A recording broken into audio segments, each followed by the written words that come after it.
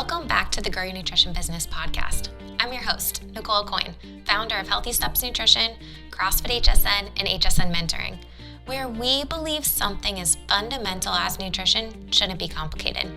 Today, I'm so excited to have Ashley Osterman, our Director of Nutrition Education at Healthy Steps Nutrition, back on the podcast. Today, we are talking about the top myths that you might hear as a nutrition coach. Clients are coming to you overwhelmed and confused because they do not know what the right diet is for them. There's so much misinformation out there from overnight experts or people that you trust who are trying to get you to buy the next multi-level marketing protein powder. And it's tough to comb through what is the truth and what is not. Ashley and I have over 30 years of experience as dietitians combined. And today we go through the top myths. We could talk about this subject all day long.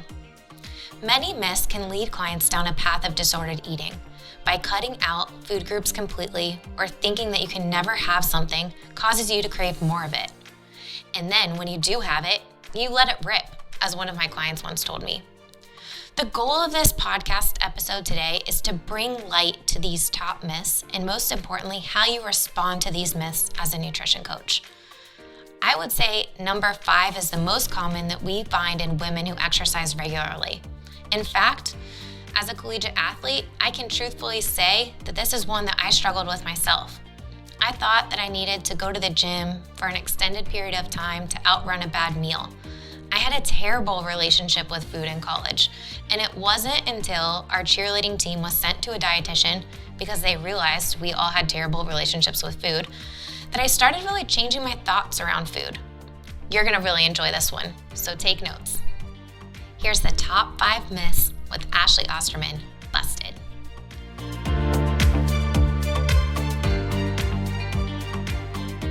Welcome back to the Grow Your Nutrition Business podcast.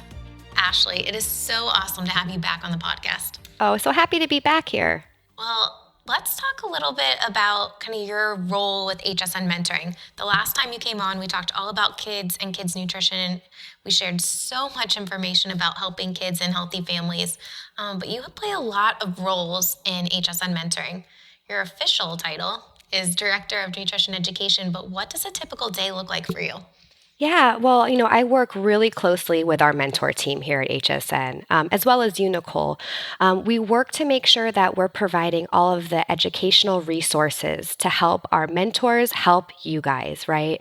We're currently looking at doing educational webinars every single month this year for HSN. So making sure I'm working with those mentors doing the webinars, helping develop resources to help reiterate the message that we're talking about in those education webinars. And we're constantly developing new resources for the Grow Your Nutrition Business platform.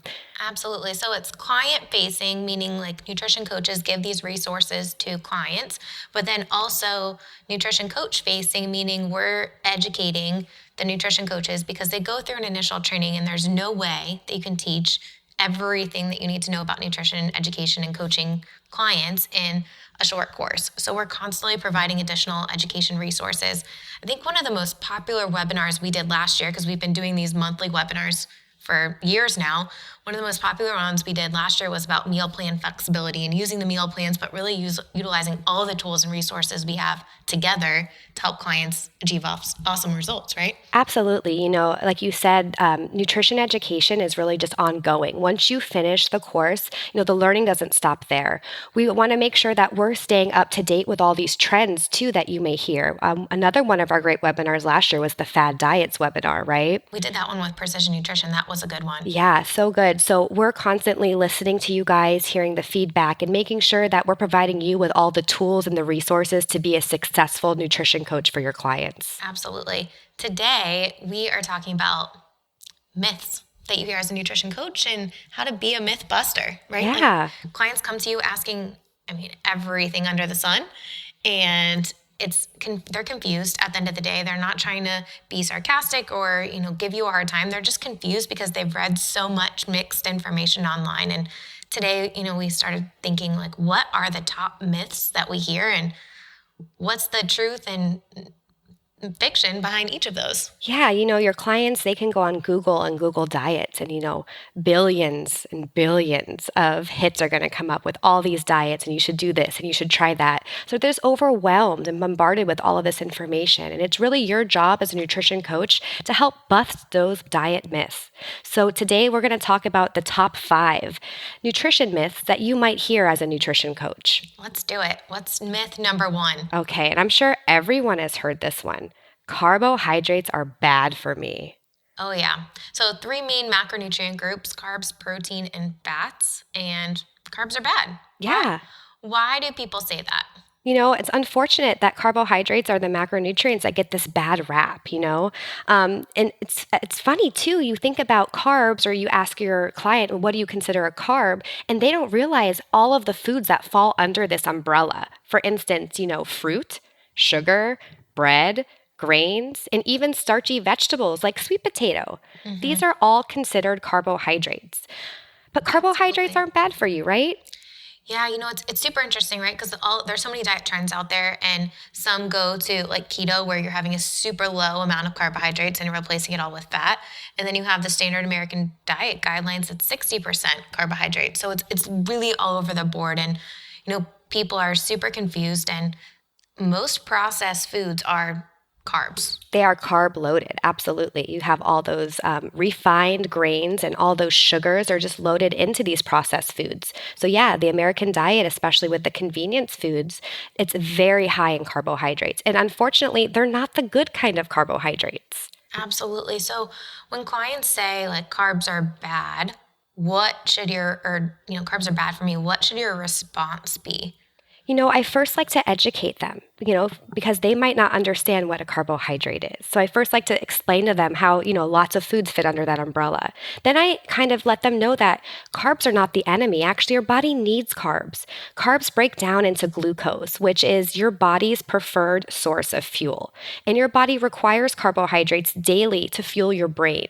So going on these very restrictive, low carbohydrate diets is really not the best option for most people. You get reports of brain fog, crashes, and then binging, because people are not getting the adequate amount of fuel to fuel their body sufficiently. What I then would like to do is to educate them on how they can consume good quality carbohydrates, right? Because I think that's the really big difference here when we're talking about carbs being bad and carbs being good. It's actually the quality of the carbohydrate you're consuming. Absolutely. When clients say one of these myths, the first thing I ask them is like, why do you think that? Or where did you hear that? Or like, where is this coming from? Because a lot of times it's my neighbor said it, or my friend said it, or my coworker said it, and or they read it on the cover of a magazine. Dr. Google, of course, they're the professionals. So really figuring out the why, right? And then the education piece of, okay, you can definitely have some carbohydrates, but carbohydrates affect your body differently when you're eating different types of carbs, right? Absolutely. So could we guide them to healthier options so they don't have this all or nothing mentality? Because, so many clients go to this all or nothing mentality, and they go so strict, right? And then they end up binging later because they were so restrictive. So could you still have some carbohydrates and stay on track and see amazing results? Absolutely. Do you need to cut out every carb to see amazing results? No, you do not. So what types of carbohydrates are we guiding people to? I think the key here is those volume carbs, right? Those great non-starchy, favorable carbs that we really can just load our plates up with. And, one of the first action steps that we commonly tell clients when they're coming to us is to eat more vegetables, eat more of the good carbs. So really encouraging them to try different types of carbs, try different types of vegetables and those volume carbs, loading up their plate with half of those. And if they're still hungry after eating their balanced meal, you can always go back for seconds with those volume carbs. Absolutely. And then next, I like to talk about those starchy carbs. So what are we looking at for starchy carbs, which comprise a quarter of our plate? So, sweet potato, potatoes, butternut squash, acorn squash, quinoa, beans, rice, looking at those types of things. And when we're choosing grains like pastas and rices, I like to really try to motivate them to choose a whole grain.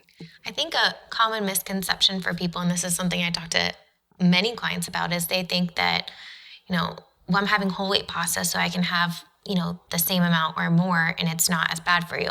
It's still the same amount of carbohydrates at the end of the day. So just because you have brown rice over white rice or whole grain pasta over a white pasta, you're still having the same carbs. It's just how much fiber is in there. Mm-hmm. Is your blood sugar going to go up? Yes. Is it going to go up as fast? No, but it's still going to go up. Yes.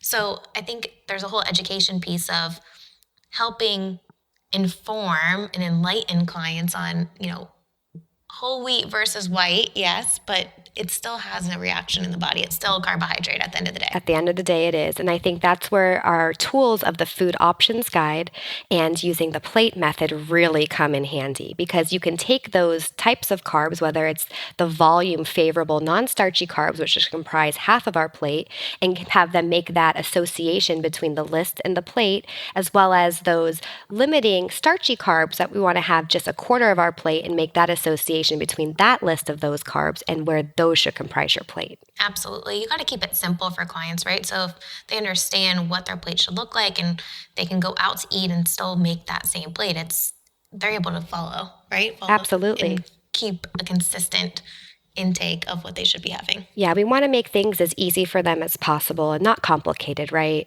Absolutely. So we know carbs are not that bad. Let's talk about the next myth. Okay, the next myth, another one of our macronutrients that gets a really bad rap, fat. Fat makes you fat. I cannot eat fat because then I'm going to get fat. That is a conversation that I have regularly with women especially. They want to, limit the amount of fat because they think that fat's going to make you fat. And it sounds like it would, right? Like, I'm eating fat, I'm going to get fat. But really, no, that's not the case at all. We need fat, right? Yeah. If I eat an apple, am I going to be an apple? No. Not at all. So yeah, contrary to popular belief, fat does not make you fat. Fat actually helps you stay fuller longer and absorbs important fat-soluble vitamins. However, fat is also the most calorie-dense macronutrient. So remember that a little bit goes a long way. And we also like to look at where the fat is coming from, right? Absolutely. I always, when clients first come in, we'll talk about a typical day, right? And just figure out, let's get a baseline. Let's assess where you're at right now. And then let's figure out what's the lowest hanging fruit. And a lot of times it could be as simple as switching some of those high fat meats, the ribeyes, to a little bit leaner cut. Or, if they're having fried foods where they're adding a ton of extra fat, switching it to grilled or baked foods. You still want fat in your diet. You need fat, but you don't need that much because it is so calorically dense. Right. And we look at our plate method, we want to look at the type of proteins that they're currently eating. So if they're eating that moderate or high fat protein, they don't need to add any extra fat into the plate because they're already getting sufficient amount. But then on the opposite end of the spectrum, you might have a client who's eating chicken breast and then steamed veggies with no fat on their plate. And then you might want to have the talk about maybe we add some olive oil and roast your vegetables, or maybe we add a couple tablespoons of avocado to that plate, because we really want to have that fat in there as well to not only balance your macronutrients, but keep you fuller longer. That's a big thing because fat slows down digestion in your stomach, right? It delays gastric emptying. So if you are consuming fat, then you're going to stay full longer, which is important when you're trying to lose weight. Very important when you're trying to lose weight. So again, contrary to popular belief, fat does not make you fat. It is part of our balanced meal and should always be included when utilizing a plate method. Absolutely. All right, so now let's talk about myth number 3. I'm drinking fruit juice, so it's good for me. Yeah. Or they're making a smoothie with 5 different types of fruit in it, or they're making their own orange juice. That's always a popular one, right? I'm making my own juice. How many apples did you put in that cup of juice? Oh, you did 8 apples. Would you ever eat 8 apples in one sitting? I don't think so. I can't even imagine. I would be so full.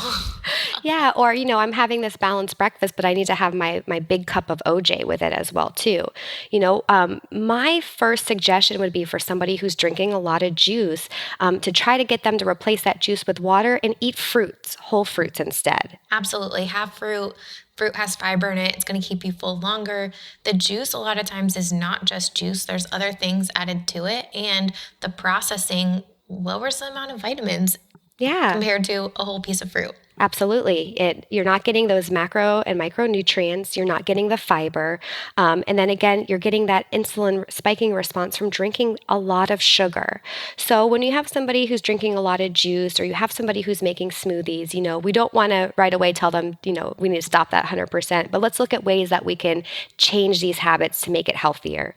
So with the juice, maybe trying to have a piece of fruit with your breakfast instead. If you're making a smoothie, all right, let's do one apple or a half a banana and let's put some frozen veggies into that smoothie. Are we making that smoothie balanced? Is there also a source of fat in there as well too, and protein?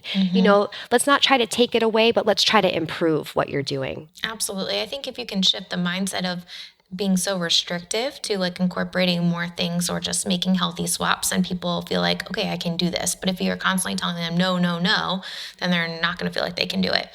So if they're making juice, use one apple, do carrots or beets or celery, something else, another vegetable in the juice instead of just 100% fruit juice. Another good option too, if you have that client who absolutely has to have their orange juice or grapefruit juice with breakfast, well, let's try to water it down. Let's not have a full glass. Let's try half strength. And then once you do half strength for a while, maybe we do quarter strength. And then we slowly move to having a piece of fruit instead.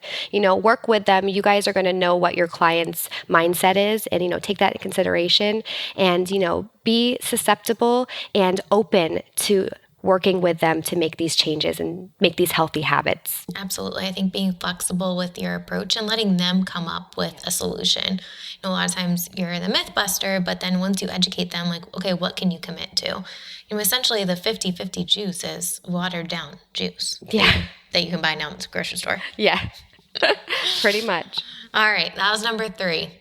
All right. What's number 4? Number 4. And I hear this quite a lot. And I don't know about you guys, but I need to eat less and I have to feel hungry in order to lose weight.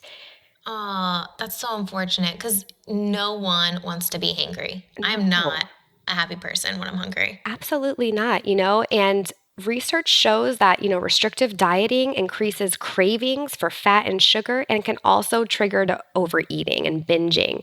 And skipping meals or under-eating throughout the day is not good for you. So eating consistently and fueling your body throughout the day is the best strategy. Once somebody starts eating the whole foods and starts trying to stick to a meal plan, a lot of the times I hear I cannot eat all of the food, right? Yeah, I hear that all the time. Right? I cannot eat all of the food. And even though they're eating significantly less calories than they would have been eating in a typical day, these volume carbs and these whole foods are actually going to take longer to digest, are going to have more nutrients and fiber, and are going to actually fill your stomach up more than eating a day full of processed convenience foods. Absolutely. And it definitely takes planning. And, we focus on the plate method a lot to get people started. I think it's an easy way to open the door to eating healthy and eating a balanced meal. But what I tell clients to do is eat the vegetables first, like load up on those first, then go to your protein and then go to your starch. And if you're hungry after that, then go back to the vegetables. Ashley, I want to talk about something. I know we made a video about this that's in the app. You did it actually, but we're in this like instant society, right? Yeah. So everyone is just used to scarfing food down, but there's a problem with that. Yeah, we're into this instant gratification. We need to hurry, hurry, hurry, rush from one thing to the next. But then we're not being mindful of our eating, right? We're scarfing food. We're not being mindful of what we're doing. We're not listening to our body's triggers and our cues. Remember that your belly is 15 minutes behind your brain. So when we're doing this type of action or an activity and we're being distracted while we're eating, we're not going to know when we're actually full, right? Absolutely. And if we're just eating foods that are not balanced, like just carbohydrates, then you're going to, not stay full for very long. So if you have a balance, you're having protein, carbs, and fats and pairing those together, you're going to feel full longer. Absolutely. And to go back about those who feel like they have to be so restrictive in order to lose weight, you're actually doing your body a disservice and doing the opposite of that when you're not eating enough. So I think it's really important when you have clients coming to you with that mindset to kind of shift that belief. Educate them, shift that belief. Tell them, I want you to try this out. I want you to try the plate method or try a couple days of the meal plan and see how you feel. Monitor yourself, check in with yourself, write how you're feeling. You might see that by eating this whole balanced diet that you will actually see changes and see habits changing and see that weight loss. And you don't have to be hangry and you don't have to be doing yourself a disservice by not fueling your body appropriately. 100%. One of the things I tell people all the time is most people don't even know how their body is intended to feel. Like we're so used to eating junk and being super restrictive that we don't even know what it feels like to fuel your body appropriately. And when you do, you're like, oh my goodness, why didn't I do this sooner? Right. And it's like bringing it back to that relationship with food and nutrition. When's the last time you actually sat down and enjoyed a meal? One of my favorite things my husband and I like to do is on a weekend night is to cook a meal together, sit down together at the table, no distractions, and just enjoy it. Enjoy our company. Enjoy the food we made. Actually taste it. And when I'm taking the time, being slow, putting my fork down between bites, drinking water, a lot of the time I don't even finish my plate. I get full before I'm even done. Absolutely. And I can't tell you, I used to not ever even think of that. I can't even tell you as a kid, even like I don't ever remember actually enjoying a meal without being in front of the TV. So to take that time and listen to your body, be mindful, start to recognize those cues are going to be just really night and day and help you form different habits with your relationship with food and nutrition. Absolutely. This is, going back to families, like one of my favorite times of the day with the kids is dinners at the table. Like we sit down and have dinner together and it's a great time for us to learn about their day and Jason and I to catch up and all of us are eating the same food and the kids are sitting down until Jason and I are done eating. They eat faster than us, but at least one of them does.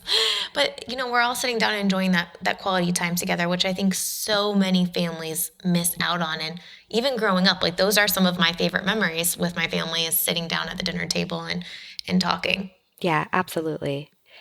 Mindfulness and listening to your body cues is such a hot topic. There's so much there. And I feel like we can have a whole nother podcast on this, but for sure, definitely something to talk about with your clients.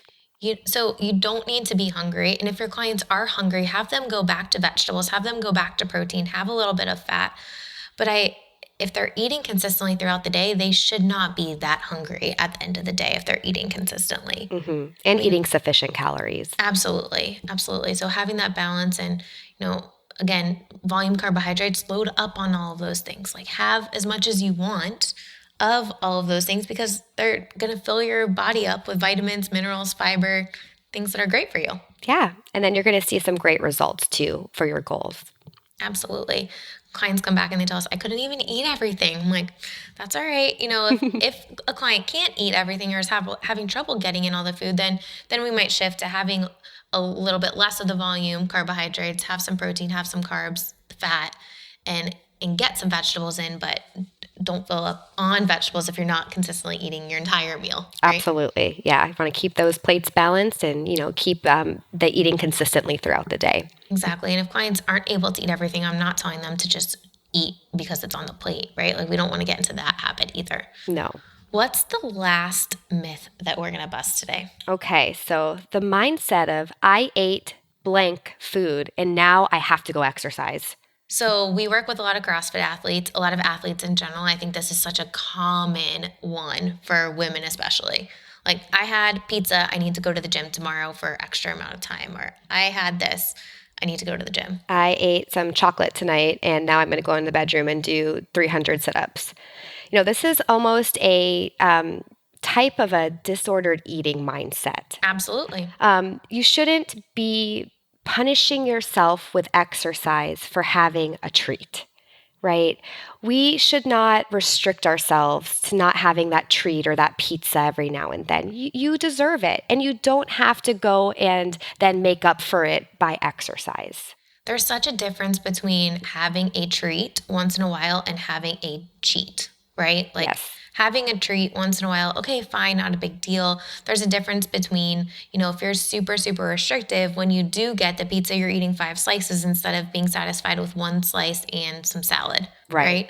So having a balance and instead of having that all or nothing mindset, finding a happy medium, right? Absolutely. Yeah. We don't want to be so restrictive that we don't allow ourselves to have the treats. I talk a lot to my clients about the 80-20 mindset. We want to do really good and stay on track 80% of the time. But 20% of the time, if we want to go have a little bit of a treat or have a glass of wine or have that chocolate or decide to have a dessert, that's absolutely fine. You've been doing so well over the other 80+% of the time, you deserve it, right?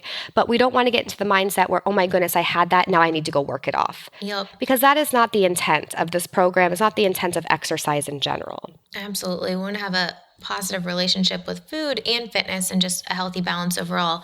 And when clients are wanting to have a treat, and I find this often with people who follow macros, like they'll hoard all of the carbohydrates and fat until the end of the day so they can have that. I mean, then you're getting into a routine of like, I'm saving everything so I can have it at the end of the day. Can people still lose weight that way? Absolutely. But at the end of the day, you're still having a ton of sugar in your body when you're eating a ton of sugar. No matter what type of sugar it is, it's still a bunch of sugar. So, having a positive relationship with food and using non-food rewards. And when you want something, have a little bit and then move on. Absolutely. During the holidays, there's a ton of treats around. Do we have dessert? Absolutely. But I would split something with my husband. I'd have a couple bites and then I would be done. And I know that I don't feel good after I have a ton of sugar.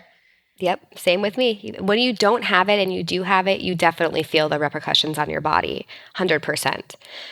And then with the what you were talking about with the macro saving, we see that too. And again, I think that's another almost disordered eating habits where we're taking macros, saving them from other meals, and then binging on those macros at the end of the day. That's not the intention for macros and macro tracking. Macro tracking is just to make sure that you're having a balanced meal or snack. So if you're saving those fats and those carbs and you're just eating protein on some of your meals, you're going to crash. You're not going to be sustained long term. You're not going to have the carbohydrates to fuel your brain and your body glucose. So you're really doing yourself a disservice. Absolutely. I think one of the things, we don't have every client track their macronutrients. I think it's one tool for success. And it's really an eye-opening tool for a lot of people because most people realize the number one thing they realize is they are not getting enough protein throughout the day. Like guaranteed every time. And whenever I track my food, I'm like, okay, I need to make sure that I'm adding that protein shake or getting a little bit more protein in so that I'm having that balance and meeting my macronutrient goals for the day. But I'm not binging or saving something until later, which is what the fad and culture has done with tracking macros. Yeah. And again, not the intention there. Not at all. So lots of different myths. And I think we could go through 100 more on this podcast. But really, at the end of the day, the goal of eating healthy is something that someone can sustain long-term and something that someone can be consistent with, right? Like if you're doing really good during the week, but then you go crazy AWOL on the weekend, you're going to counteract all of your hard work during the week. Absolutely. Right? So, at the end of the day, we're just focusing on real food.